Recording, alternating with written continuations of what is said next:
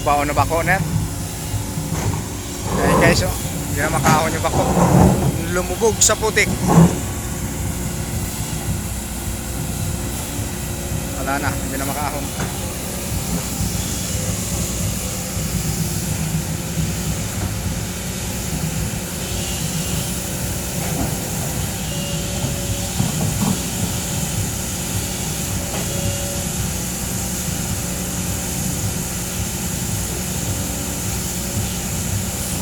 Grabe, lubog na rin. Yan ang putik yan, oh. Sa ilalim na siya.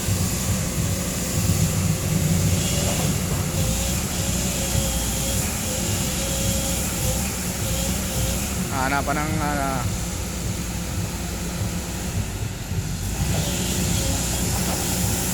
hindi rin siya makahon, makakaliwat kanan.